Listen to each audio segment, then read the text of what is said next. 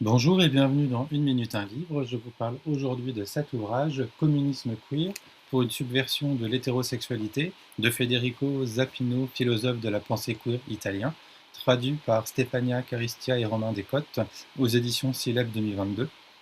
Alors on a ici un essai philosophique et politique au titre explicite et que l'auteur développe sans concession, avec notamment l'appui d'autres théoriciennes comme Adrienne Rich, Monique Wittig ou encore Judith Butler, et aussi des personnalités de la pensée marxiste. Alors le terme queer, pour l'auteur, renvoie notamment à une généalogie historique et désigne aussi, selon Butler, une alliance entre les théories et les mouvements féministes et les théories des mouvements gays, lesbiens, trans, intersexes, visant précisément la subversion de ce qui produit leur oppression commune.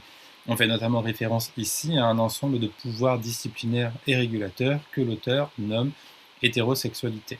Alors au-delà d'une orientation sexuelle, l'hétérosexualité est ici pensée comme une véritable production et une véritable technologie de pouvoir.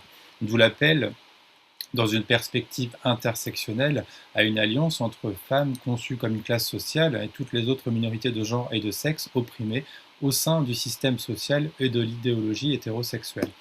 Alors au sein de cette alliance, face au binarisme hétéro des genres et de la straight mind, le philosophe n'oublie personne, les personnes trans pathologisées, les personnes intersexes sacrifiées, les personnes gays, lesbiennes, queer, etc. La proposition est ainsi radicalement anti-essentialiste et il ne s'agit pas de défendre des identités figées, mais bien de subvertir le système qui les produit comme différentes et hiérarchisées.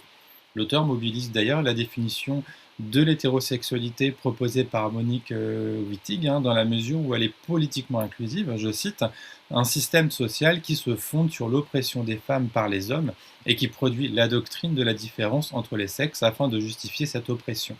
En outre, il ajoute à la définition que l'hétérosexualité ne se renforce pas seulement lorsque nous confondons l'oppression et l'autodétermination, elle se renforce et grandit lorsque, à l'occasion tragique de viols et de féminicides commis par des hommes racisés, nous préférons nous confirmer réciproquement notre antiracisme plutôt que de nous confirmer le fait que le régime politique de l'hétérosexualité représente toutes les cultures et toutes les politiques, citant Monique Wittig ici également.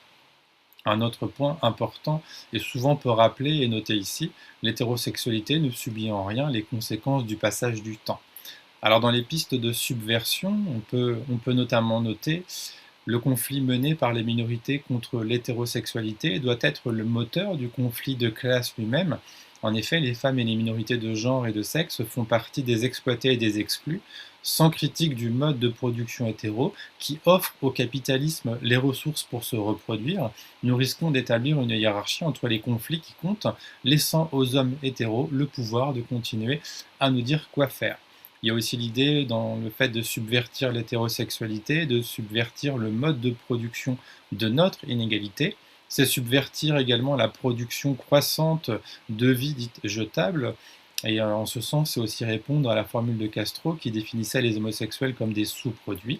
C'est également expliquer la société en se donnant un objectif universel, à savoir faire entrer dans le sens commun que le mode de production hétéro du sujet et de la relation sociale, soit la production d'hommes et de femmes et de leurs relations hiérarchiques, est la condition de possibilité du capitalisme. Alors le communisme queer proposé ici tient finalement l'hétérosexualité pour un mode de production étroitement articulé au capitalisme destiné à lui survivre au cas où le dépassement du capitalisme ne serait pas précédé de la subversion de l'hétérosexualité elle-même.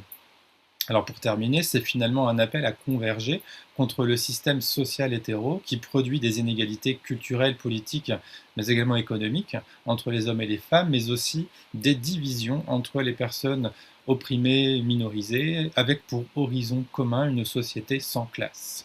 Je vous invite à découvrir en tout cas cet ouvrage, je vous souhaite une bonne lecture, une bonne découverte et à bientôt.